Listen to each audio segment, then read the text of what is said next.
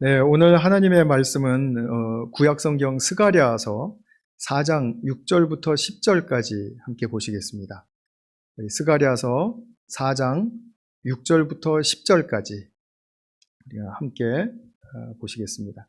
오늘은 성경을 다른 때보다 조금 더 많이 이제 보게 될 겁니다. 그렇기 때문에 성경을 무릎 위에 잘 가까이 두시고 그리고 같이 한번 또 본문 말씀 우리 같이 보도록 하겠습니다. 제가 세 번역으로 봉독하겠습니다. 그가 내게 이렇게 말해 주었다. 이것은 주님께서 스룹바벨을 두고 하신 말씀이다. 힘으로도 되지 않고 권력으로도 되지 않으며 오직 나의 영으로만 될 것이다. 만군의 주님께서 말씀하신다. 큰 산아, 네가 무엇이냐? 스룹바벨 앞에서는 평지일 뿐이다. 그가 머릿돌을 떠서 내올 때에 사람들은 그 돌을 보고서 아름답다, 아름답다 하고 외칠 것이다. 주님께서 나에게 말씀하셨다. 스룹바벨이 이 성전의 기초를 놓았으니 그가 이 일을 마칠 것이다. 그때에야 비로소 너희는 만군의 주님께서 나를 너희에게 보내셨다는 것을 알게 될 것이다. 시작이 미약하다고 비웃는 자가 누구냐? 스룹바벨이 돌로 된 측량추를 손에 잡으면 사람들은 그것을 보고 기뻐할 것이다. 이 일곱 눈은 온 세상을 살피는 나 주의 눈이다. 아멘. 이 스가랴서는 이제 구약 성경의 마지막에서 두 번째 책입니다. 그 말은 다음 주에 이제 우리가 말라기를 보게 되면 이제 성경의 큰 숲보기 구약을 이제 다 마치게 되는데요. 우리가 지난주에 보신 학개서와 오늘 지금 보고 있는 스가랴서는 이제 같은 시기와 배경을 가진 그런 책이기 때문에 지난주에 들으신 그 배경을 기억하시면 정확하게 일치한다라고 그렇게 생각하시면 됩니다. 이스라엘 백성이 바빌로니아에 의해서 포로로 잡혀갔다가 이제 페르시아 제국이 패권을 잡으면서 그 왕 고레스가 이제 그들을 포로 생활에서 해방시켜 주셨죠. 해방시켜 주었죠. 그래서 그 해서 이제 고토로 돌아와서 예루살렘에 이제 정착하면서 이제 성전을 재건하려고 했다라는 그런 배경을 갖는다고 말씀을 드렸죠. 그리고 또 먹고 사는 문제도 참 시급했다라고 말씀을 드렸어요. 그러나 이들은 꿈을 안고 그 성전을 짓기를 원했기 때문에 이제 그것을 재건하려고 하는 그런 이제 많은 노력과 그리고 에너지가 이제 쏟아 부어졌죠.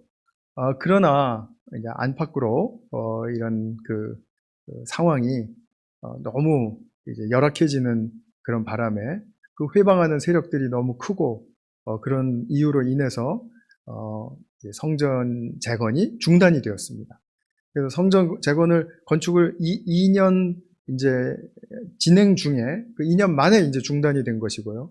그 다음에 이제 14년이라는 시간이 훌쩍 지나가 버리게 되었습니다. 그때가 주전 520년 경입니다. 학개와 스가랴는 이 520년에 같은 해 부르심을 받았고 사역을 한 사람들입니다. 그러니까 지금 520년이라고 하면은 이제 다시 성전 재건을 시작해라 라고 하시는 그 말씀이 이제 지난주 보셨듯이 학개를 통해서 우리에게 주어졌고요. 그 다음에 이제 오늘 스가랴를 통해서도 더 이제 길고 더 이제 큰 스케일을 가지고 전해지고 있는 것입니다. 이 두 책은 상호 보완적입니다. 그러니까 학개서는 2장으로 짧았지 않습니까? 짧은데 이 내용은 그냥 하나님의 말씀으로 꽉 차 있어요. 그런데 그런 반면 스가랴서는 14장, 이 소선지서 중에서는 가장 긴 책입니다. 그 중에 전반부 8장, 8장은 선지자가 본 다양한 환상들이 나와요. 그래서 이 환상들이 나오니까 스가랴서를 보기가 참 이제 어렵다고 느껴지는 것이죠. 그러나 이제 그 환상들에 주시는 목적을 알면 그것을 그렇게 어렵게 여길 필요는 없습니다. 그리고 이제 후반부 9장부터 14장까지 6장에 걸쳐서는 이제 열방에 대한 심판, 그리고 또 이스라엘도 잘못한 것을 이제 좀 지적을 받고, 그리고 더 나아가서는 이스라엘의 반전되는 회복에 관한 메시지로 이렇게 구성이 됩니다.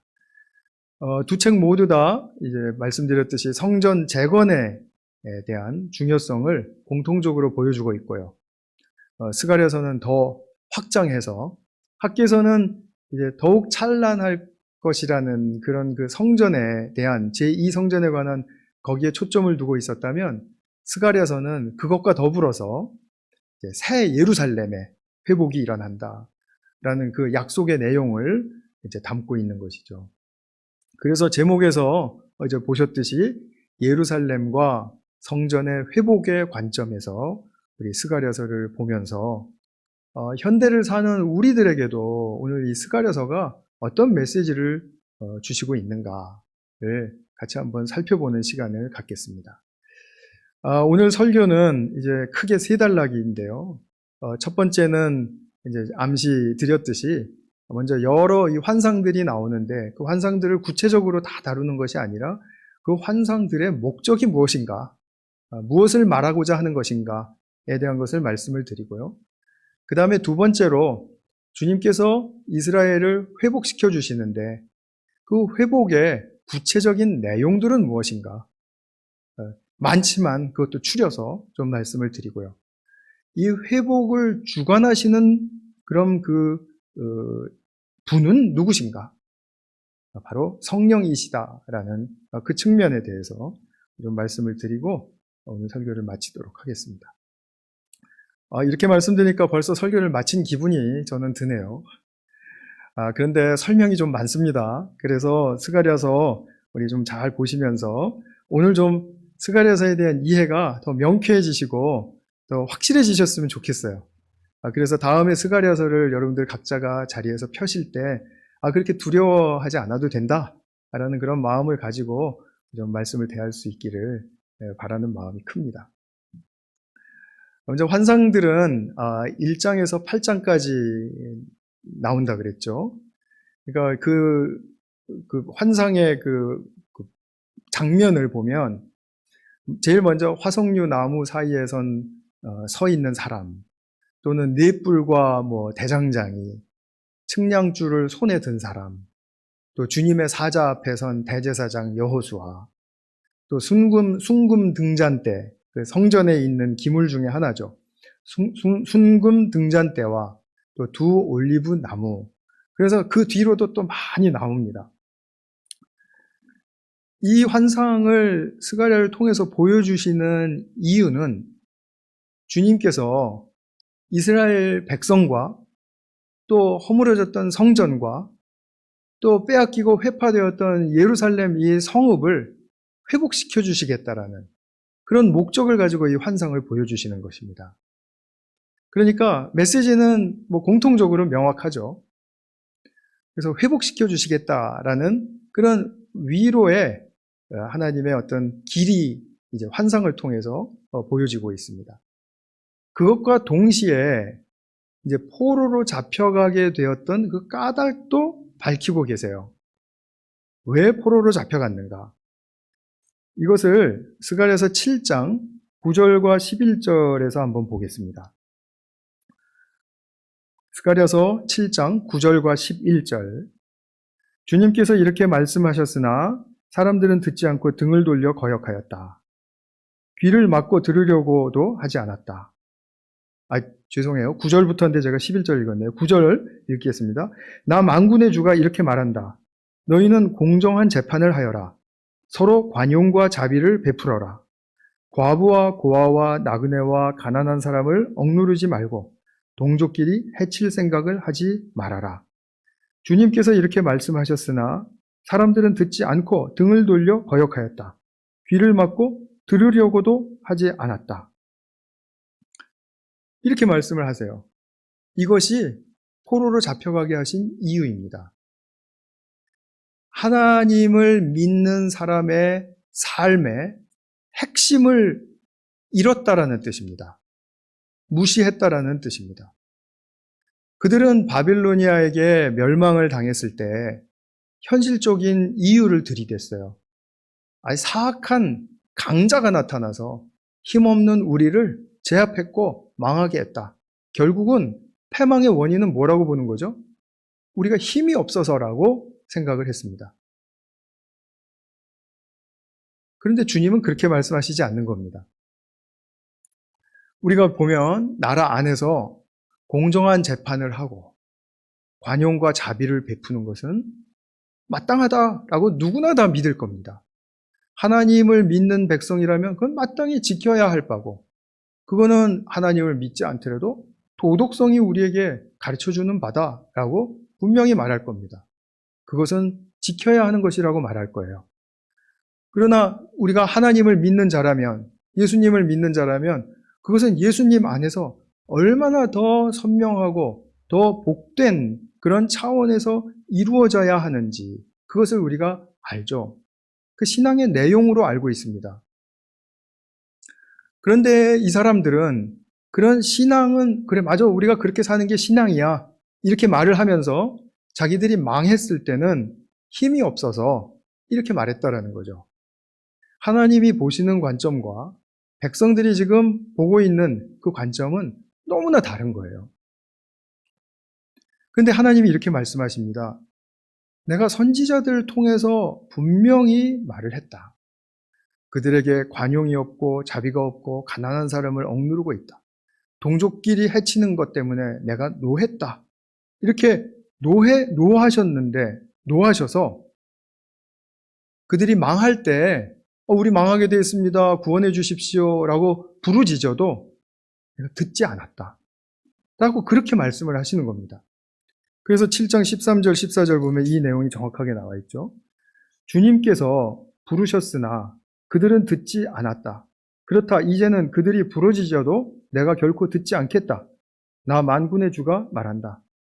나는 그들이 알지도 못하는 모든 나라로 그들이 폭풍으로 날리듯 흩었고 그들이 떠난 땅은 아무도 오가는 사람이 없어서 폐허가 되고 말았다.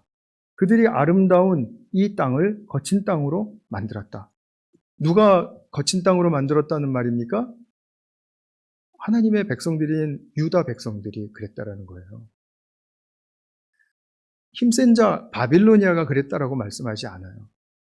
그들이 분명히 내게 부르짖었으면 내가 들어줄 수 있는 삶이 이루어져 있어야 되는데 그 삶이 이루어져 있지 않기 때문에 주님께서 듣지 않으셨다라는 겁니다. 즉 이것이 말씀하고 있는 것은 무엇입니까? 우리의 삶과 역사의 실패가 일어난다면 그것은 신앙의 실패다. 우리가 그냥 알고 생각하는 것 말고요. 우리가 살고 있는 그 신앙이 실패했기 때문이다. 라고 분명하게 말할 수 있다는 것입니다. 우리가 오늘날 교회 안에서 믿는 사람들도 종종 신앙의 도리를 모르고 있는 사람은 없을 겁니다. 그러나 자기 삶이 안 되고 망하는 이유는 또 따로 찾습니다. 그때 이스라엘 백성들과 우리는 똑같은 길로 갈 수 있는 가능성이 엄청나게 큰 그런 환경 가운데 있다는 거죠. 우리도 직장, 학업, 가정 이런 것들이 일이 안 되면 보스가 어째서 경제가 어째서 또는 교수가 어째서 그다음에 남편이 어째서 또는 아내가 어째서 이렇게 우리는 핑계를 대기 마련이에요. 우리 모두가 다 인간이기 때문에 인지상정이라고 그런 마음이 먼저 들어오는 것은 어쩔 수 없을 겁니다. 그런데 우리가 신앙인이라면 한번 생각해 봐야 될 건 뭐죠?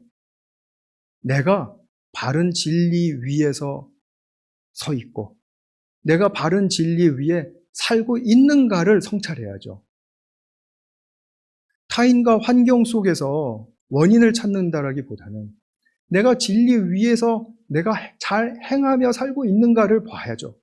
우리가 아까 9절에서 11절까지 7장에 보신 것처럼 자비를 베풀고 있는가, 관용을 베풀고 있는가, 그거를 봐야죠. 그것을 보지 않고 핑계를 딴 데 댄다면 옛날 이스라엘 백성들의 오류를 그대로 반복하는 셈이 되어버리는 것 아니겠습니까? 그러면 바른 진리 위에 사는 모습은 무엇입니까? 그래서 우리가 7장 앞에서도 조금 힌트를 봤지만 그런 삶이 이루어지려면 무엇을 알아야 하고 무엇을 경험해야 하는가가 분명하게 나와요. 그래서 7장 말씀 바로 뒤에 보면 8장이 펼쳐지는데 너무 당연한 말씀을 했죠. 7장이 끝나면 8장이 나온다라는. 근데 이제 이 8장에 바로 보면 2절에 보면 이렇게 말씀을 하세요. 하나님께서 나 만군의 주가 말한다. 나는 시온을 열렬히 사랑한다. 누구라도 시온을 대적하면 용서하지 못할 만큼 나는 시온을 열렬히 사랑한다. 나 주가 말한다. 내가 시온으로 돌아왔다. 내가 예루살렘에서 살겠다. 예루살렘의 주님의 임재를 거하게 하시겠다라는 거죠. 예루살렘은 성실한 도성이라고 불리고 나 만군의 주에 사는 거룩한 산이라고 불릴 것이다. 자, 이거 보세요. 이 말씀 위에 산다라는 말이 무슨 말입니까? 이 말씀이 진리임을 인정하시나요? 하나님이 당신의 백성들을 열렬히 사랑한다라는 그 사실이 진리라고 믿으십니까? 자, 믿으신다면 그 진리 위에 살아야죠. 그럼 결국 무엇입니까? 나는 주님의 사랑을 잘 받고 있는가? 나는 주님의 사랑을 얼마나 고백하고 있는가? 나는 주님의 사랑 때문에 마음이 뜨거워지고 있는가? 아니면 주님의 사랑이 동기가 되어서 아프고 힘든 사람들, 연민이 생기고 자비가 생기고 도움의 손길을 뻗치고 있는가? 이것이 진리의 위에 살고 있는 삶이죠.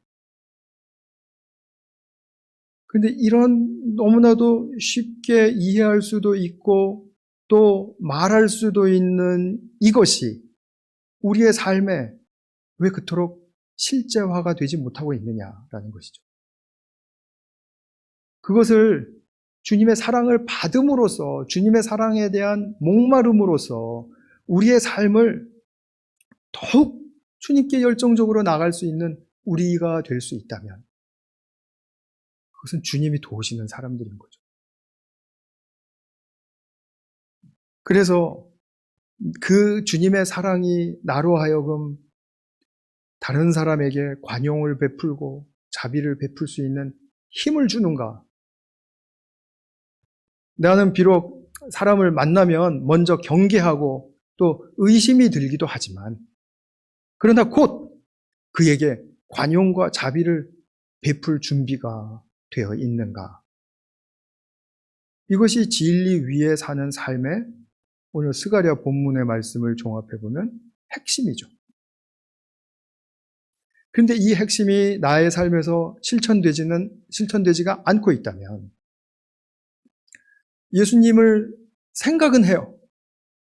그러나 믿지는 않는 것이죠.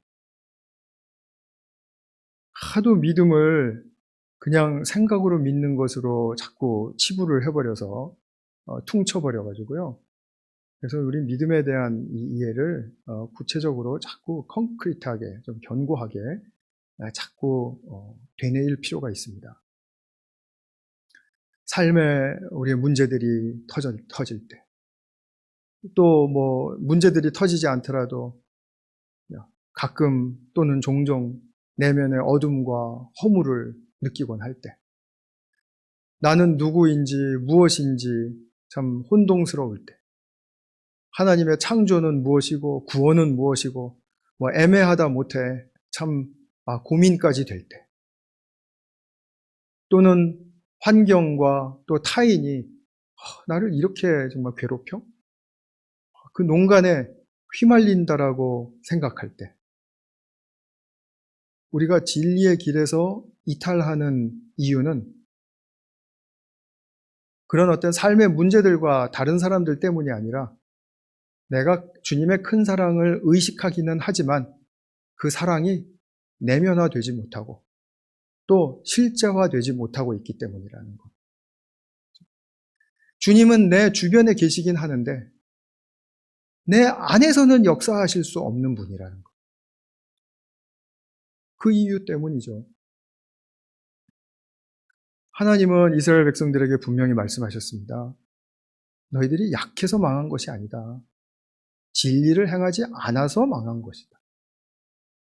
이거는 우리가 꼭 자각해야 할 말씀입니다.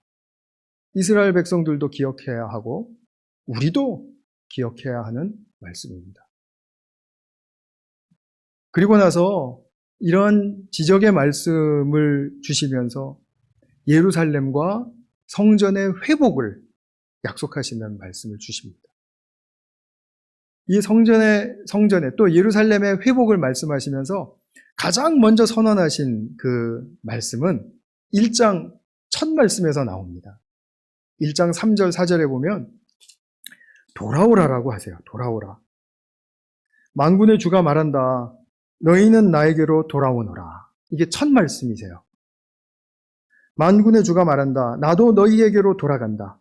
만군의 주가 말한다. 너희는 너희 조상을 본받지 말아라.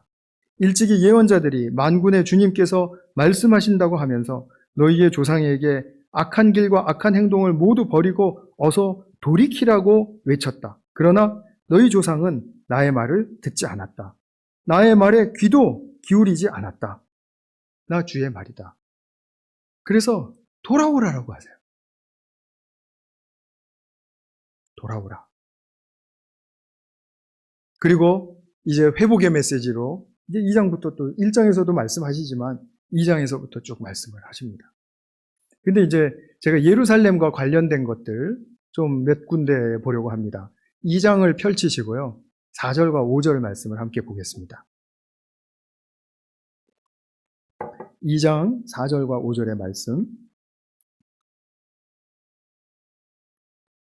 그에게 말하였다. 너는 저 젊은이에게로 달려가서 이렇게 알려라. 예루살렘 안에 사람과 짐승이 많아져서 예루살렘이 성벽으로 두를 수 없을 만큼 커질 것이다.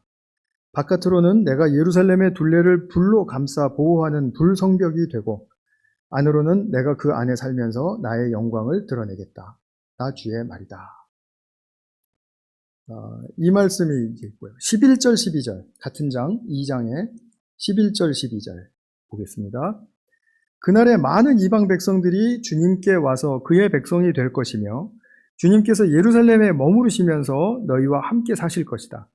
그때에야 너희는 만군의 주님께서 나를 너희에게 보내셨음을 알게 될 것이다. 주님께서는 그 거룩한 땅에서 유다를 특별한 소유로 삼으실 것이며 예루살렘을 가장 사랑하는 도성으로 선택하실 것이다. 그 다음에 이제 8장으로 넘어가겠습니다. 8장 3절.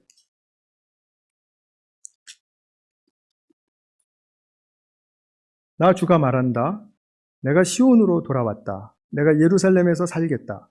예루살렘은 성실한 도성이라고 불리고 나 만군의 주의 산은 거룩한 산이라고 불릴 것이다. 마지막으로 한 군데만 더 보겠습니다. 같은 8장의 7절 8절 말씀. 8장 7절 8절. 나 만군의 주가 말한다. 내가 내 백성을 구해 동쪽 땅과 서쪽 땅에서 구원하여 내겠다. 내가 그들을 데리고 와서 예루살렘에서 살게 하겠다. 그들은 나의 백성이 될 것이며 나는 그들의 하나님이 되어 성실과 공의로 다스리겠다. 나 만군의 여기까지 보겠습니다. 온통 예루살렘으로 모이게 하셔서 돌아오게 하셔서 예루살렘을 풍성하게 하고 견고하게 하고 안전하게 하겠다. 그리고 거기서 나의 역사를 이루겠다. 이렇게 말씀을 하셔요. 제가 웬만해서는 다른 교단의 이야기라든지 또는 성경을 잘못 해석해서 오류를 범하고 있는 사람들을 비판하는 시간으로 이 설교 시간을 사용하고 싶지는 않는 것이 저의 솔직한 심정이고요. 그리고 여태까지 그런 것들을 정말 많이 피해 왔습니다. 남들 비판하는 것처럼 보이고 또 그것이 그렇게 실질적으로 도움이 되지 않고요. 더 도움이 되는 것은 진짜 진리를 듣는 것이 도움이 되지, 남이 어떻게 한다는 거, 그 잘못됐다는 걸 알아봤자 내가 어떻게 살아야 되는지를 모르면 그게 뭐가 도움이 되겠습니까? 그럼에도 불구하고 오늘은 제가 이런 말씀을 문자대로 해석하는 우리 교회 내에 한 오류의 분파를 좀 지적하고자 합니다. 백투 예루살렘 주장하는 사람들입니다. 이 사람들이 지금 우리가 본 그 말씀들을 문자 그대로 적용을 해서 오늘날에도 정말 세상이 바뀐 거라고 우리는 그냥 단순하게 얘기하면 안 되죠. 예수님께서 오셔서 성취의 시대를 맞게 해서 정말 새로운 차원의 복음의 세상이 열리게 하셨는데도 불구하고 이런 구약의 말씀 이런 것에 붙들려서 중요하지 않다는 건 아닙니다. 이런 구약의 말씀에 문자적으로 붙들려서 예루살렘으로 모여야 예수님이 재림한다라고 믿는 사람들이 있어요. 제가 너무 이렇게 강하게 그들을 비판하지는 않겠습니다. 성경을 보다 보면 그럴 수도 있죠. 근데 이 사람들은 뭐냐 하면 이 세상에 지금 흩어진 유대인들이 많잖아요. 이 유대인들을 다 그래서 찾아가서 그 사람들을 자꾸 이스라엘로 돌아가도록 권면해야 된다는 거예요. 그 사람들이 가난하면 그 사람 돈도 주고 그리고 정착 비용도 줘서 그래서 예루살렘으로 돌아가게 해야 그것이 자기들이 선교하는 거라고 믿는 거예요. 꼭 돈을 주고 이렇게 하지는 않더라도 이러한 태도와 이러한 흐름을 가지고 이거 선교해야 된다라고 말하는 선교단체도 있고 또 분파도 있는 것입니다. 그 열심을 누가 막겠습니까? 아무도 못 막죠. 그런데 문자적으로만 해석한 결과 이런 오류가 만들어내는 이 폐해는 정말 신앙을 혼동스럽게 하는 것이죠. 아마 우리 교회 안에서도 이런 말씀을 문자적으로 받아들이고 그런 사람들이 말한 게 일리가 있다 이렇게 생각하시는 분들이 있을지 모르겠어요. 그건 제가 나중에 요한계시록을 공부할 또 설교할 기회가 있을 때 그때 더 자세하게 말씀을 드리겠습니다만 오늘 우리가 스가랴 상황 때 예루살렘을 회복시키신다라는 것은 그 진짜 물리적인 그 지형적인 예루살렘을 회복시키시는 것 맞습니다. 그러나 그냥 단순히 돌아오게 해서 잘 살게 하는 것에만 초점을 맞추면 돌아왔다라는 그 사실에만 초점을 맞추면 그럼 그것은 표면을 핥은 것밖에 안 된다라는 거죠. 왜냐하면 예루살렘으로 돌아오게 하시는 목적이 뭐냐라는 것입니다. 목적. 그 목적이 이루어져야 되지 않겠어요? 앞서서 제가 언급한 대로 예루살렘으로 돌아오게 하시려는 목적은 진리 위에 서게 하셔서 그들의 삶을 회복시키시는 거예요. 사랑하고 자비하고 관용하고 베풀 수 있는 그런 삶으로 회복시키신다라는 거예요. 하나님이 원인이 되어서요. 그래서 하나님이 함께 하시는 진정한 주님의 공동체적인 삶을 구현하기 위해서라는 거예요. 그러면 오늘날 그런 모든 약속을 다 성취하신 예수님 안에서 살고 있는 우리가 또 별개로 예루살렘이라는 그런 그 땅을 우리가 정말 또 동경을 해야 되겠습니까? 그리스도 안에서 다 이루어진 것인데 이게 아마 잘 안 와닿는 분들이 있을 수도 있겠다라는 생각이 좀 드네요. 그런데 이거는 사실이에요. 신약을 잘 보면 구약을 그렇게 해서 잘 풀어냈고 성취됐고 실제로 우리의 삶 속에 새로운 차원의 삶이 열린 것을 우리가 볼 수 있다는 것입니다. 그러니까 하나님이 원하셨던 그 진정한 주님의 공동체적인 삶을 구현하기 위해서 예루살렘으로 모이게 하신다는 것을 우리가 안다면 이미 그것을 성취하신 예수님 안에서 우리는 당연히 그런 삶을 구하고 살 수 있고 꼭 예루살렘 아니더라도 개인 수빌에서 살 수 있는 것이죠. 이런 공동체적인 삶을 하나님께서 언제부터 원하셨습니까? 계속해서 제가 말씀드리죠. 창조 때부터 아담과 하와가 하나님과 함께 에덴에서 계속 함께 살기를 원하셨습니다. 근데 타락으로 말미암아 이런 공동체적인 삶이 깨져버리니까 주님께서는 그래도 포기하지 않으시고 역사의 길목마다 이 회복시킬 것을 계속해서 시도하셨어요. 아브라함을 통해서 또 그 다음에 아브라함의 자손들을 통해서, 그 다음에 다윗을 통해서, 이스라엘을 통해서 계속해서 지금 이루시고자 하는 것이 바로 이 공동체적인 아름다운 에덴에서 꿈꾸셨던 그런 삶 아니겠어요? 그러니까 스가랴 학계 때 와서는 지금 이 사람들이 거처 할 곳이 너무 황망하니까 예루살렘을 회복시키셔서 이 땅 위에서 그런 공동체적인 진정한 면모를 드러내는 나의 백성들을 나는 만나고 싶고 보고 싶다. 그래서 내가 태초에 가졌던 그 아담과 하와를 향해서 가졌던 그 목적,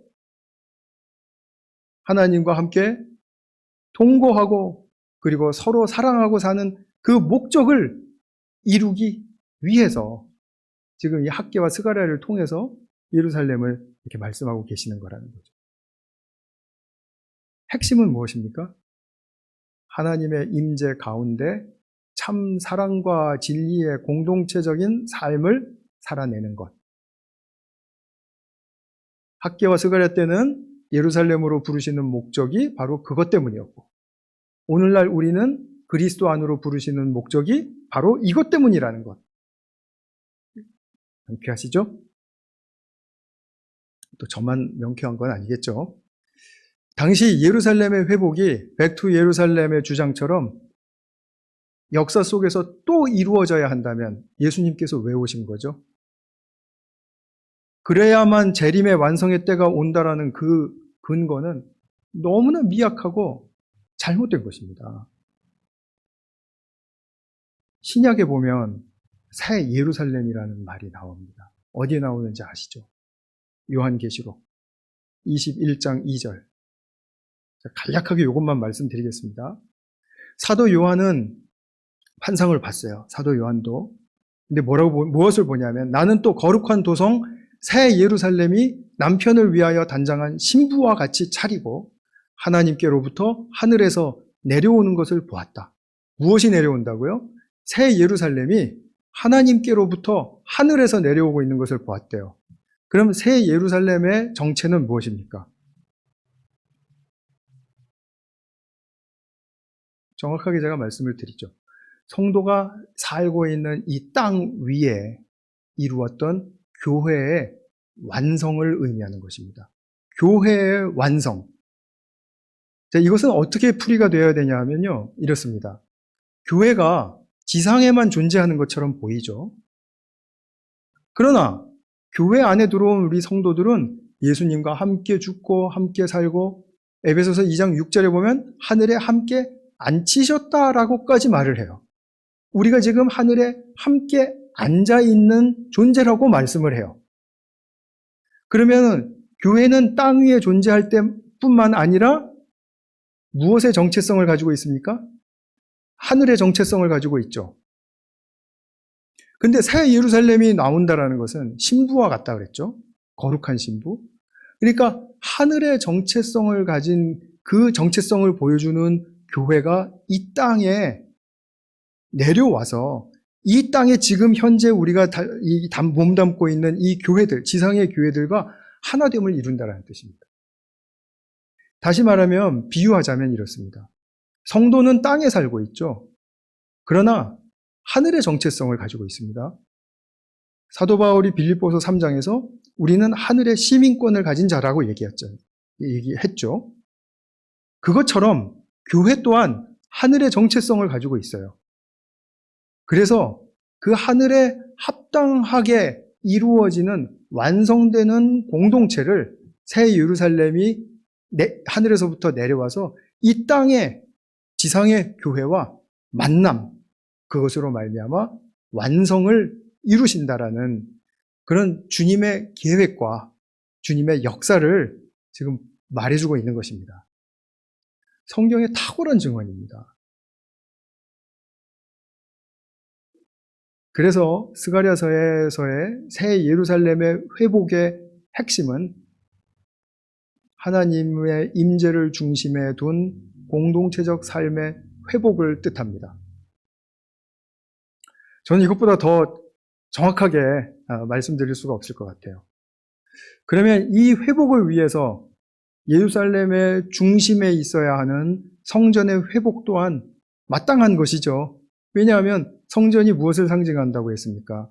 하나님의 임재를 상징하죠.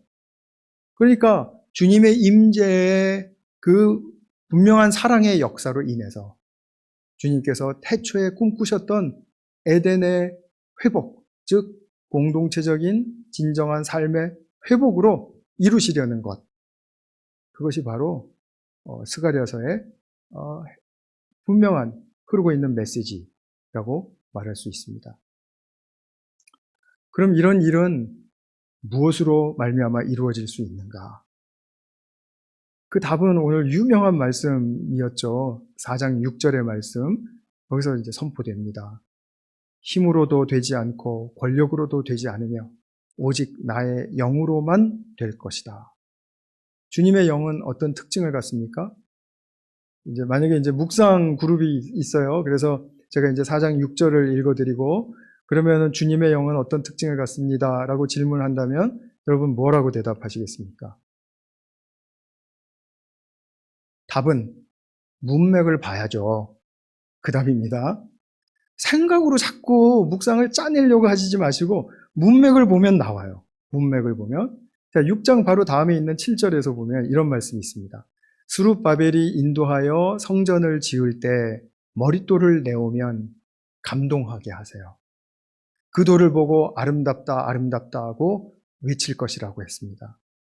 자, 사람이 감동을 받고 그리고 찬사를 외치는 그것은 누구의 역사입니까? 성령께서 도우시는 역사죠. 아무리 선하고 아무리 사랑스러워도 찬사가 터져 나오지 않는 때가 있습니다. 성령의 역사를 거부하면 그렇죠. 그 다음에 8절, 9절을 보면 이 일을 마칠 때, 그러니까 성전의 건축을 다 마칠 때 하나님께서 이 사장의 화자, 말하는 자는 천사거든요. 그 천사가 하나님께로부터 온 자임을 알게 할 것이다 라고 말씀을 하세요. 누가 알게 하시는 거예요? 성령을 통해서 알게 하시는 것입니다. 그 다음에 10절에 보면 더 명확합니다. 스룹바벨이 측량추를 잡으면 기뻐할 것이다. 스룹바벨이 측량추를 잡는다라는 말은 측량추는 그 다림줄이라고도 하는 것인데 건축할 때 이렇게 수직으로 똑바로 세우기 위해서 위에서부터 이렇게 직각으로 내려오게 하는 그 기준선을 이야기한대요. 자, 그렇다면 그것이 상징하는 것은 무엇입니까? 하나님의 말씀. 그때 당시의 사람들로는 하나님의 율법. 그 율법을 가지고 있는 것을 볼 것이라는 거예요. 율법이 자기들 안에 적용되고 또 허락되었다는 것을 알 것이라는 것입니다. 그러면 그 말씀을 보고 기뻐할 것이다. 그런 다음에 일곱 눈은 온 세상을 살피는 주의 눈이다 라고 하십니다. 일곱 눈이라는 것은 이게 그래서 지금 굉장히 복잡하게 느껴질 수 있습니다. 4장 3절에 보면 성전에 둔 촛대에 그 연결된 일곱 등잔과 같이 통하는 말이거든요. 일곱 등잔. 그러니까 성전에 촛대가 있어요. 일곱 가지가 있습니다. 가지마다 끝에 등잔대가 있습니다. 등잔대는 무엇을 하기 위함입니까? 등잔을 담기 위해, 기름을 담기 위한 것이죠. 그럼 기름을 왜 담습니까? 밝히려고, 그죠? 빛으로 밝히려고. 그래서 일곱 등잔이 상징하는 것은 성령이세요. 그러면 성전이라는 것은 그 또 일곱 눈으로서 또 다르게 표현이 됩니다. 그래서 일곱 등잔, 일곱 눈은 요한계시록에서도 그래요. 요한이 이제 이 스가랴서를 많이 인식했기 때문에 이제 일곱 등잔을 성령으로 일치시켜서 말해주고 있습니다. 그러면 우리가 보겠습니다. 힘으로도 안 하고 권세로도 안 하고 이제 권력으로도 안 하고 그렇게 역사하시겠다고 했는데 그러면 성령은 강압적인 분이 아니라는 거죠. 인격적으로 우리가 자원하는 마음을 가지도록 감동시키시고 또 고백하게 하시고 또 찬양하게 하셔서 우리로 하여금 격려를 먼저 받게 하세요. 그래서 그게 동기가 되어서 주님이 원하시는 것에 동참하도록 그때까지 기다려주세요. 오직 나의 영으로만 가능하다라는 것은 강력한 파워로 된다라는 말씀이 아니라 주님의 인격적인 사랑의 방식으로만 가능하다라는 뜻이에요. 이거를 뭐 세상에 어떤 힘보다도 강하고 뭐 물론 강하죠. 강하긴 강한데 뉘앙스가 그것보다 뭐 그걸 다 제압하고 막 강압하고 하는 그런 힘으로 이렇게 뉘앙스를 풍기면 안 되고요. 이거는 주님의 사랑과 인격적인 방법으로만 가능하다라는 것을 그건 우리가 분명하게 인정하실 수 있어야 될 것입니다. 그러면서 인격적인 사랑을 가지신 분이 모든 것들을 일곱 눈이 되어서 꿰뚫어 보면서 세상을 살핀다 그러셨죠. 그러면서 세상 곳곳에 살피시는 세상 곳곳에 창조의 목적을 결코 포기하시지 않는다라는 뜻이에요. 하나님의 성품과 진리의 방식에 우리가 자원할 때까지 기다리시고 또 자원할 때 주님께서 우리와 함께 역사를 이루신다라는 그런 말씀입니다.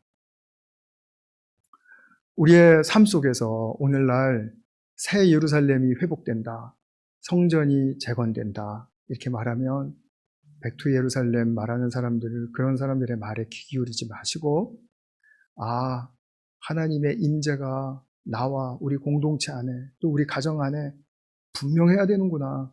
그리고 새 예루살렘으로 회복된다라는 것은 바로 이 주님의 임재를 중심으로 자비와 아까 보셨죠? 7장에서 자비와 관용과 그죠? 베풀물로 역사하는 그런 공동체적인 삶을 살아야 되는 것을 말하는 것이구나. 그게 바로 새 예루살렘의 회복이구나. 그것을 잘 정리하실 수 있기를 바랍니다. 성령이 우리를 인격적으로 주님과 하나 되게 하시고요. 그리고 우리 서로 간에 인격적으로 하나 되게 하십니다. 그래서 하나 되게 하심 속에는 하나님의 임재가 분명하게 살아있어야 하는 것이고요. 그래서 진정한 하나님과 또 이웃 형제 자매들과의 공동체를 이루게 하신다라는 것입니다. 그래서 끝으로 제가 드리고 싶은 권면의 말씀은 우리 교회 가운데에서도 스가랴가 선포한 참 성전의 의미 그리고 또 새 예루살렘의 진정한 회복 이것이 사랑과 자비의 삶으로 이렇게 꽃피우는 그런 성령으로 말미암은 성도님들 되시기를 간절한 마음으로 축원합니다. 같이 한번 기도하겠습니다. 학개와 스가랴서를 통해서 우리에게 말씀하신 것은 성전 회복과 새 예루살렘의 회복이었습니다. 주님, 그것이 우리에게 오늘날 의미하는 것은 너무나도 분명하게 주님의 임재를 중심으로 해서 정말 태초부터 꿈꾸셨던 하나님 아버지의 그 놀라운 아름다운 공동체적인 삶을 회복하라고 주시는 그런 말씀으로 저희들이 참으로 받아들였을 때 정말 주님 이 진리 위에 우리의 삶이 이루어지기를 간절히 빌고 원합니다. 주님께서 그렇게 살 수 있도록 성령까지 허락하여 주셨는데 늘 성령에 의지하는 복된 주님의 아들, 딸들 되게 하여 주시옵소서. 우리 구주 예수 그리스도의 이름으로 기도하였습니다. 아멘.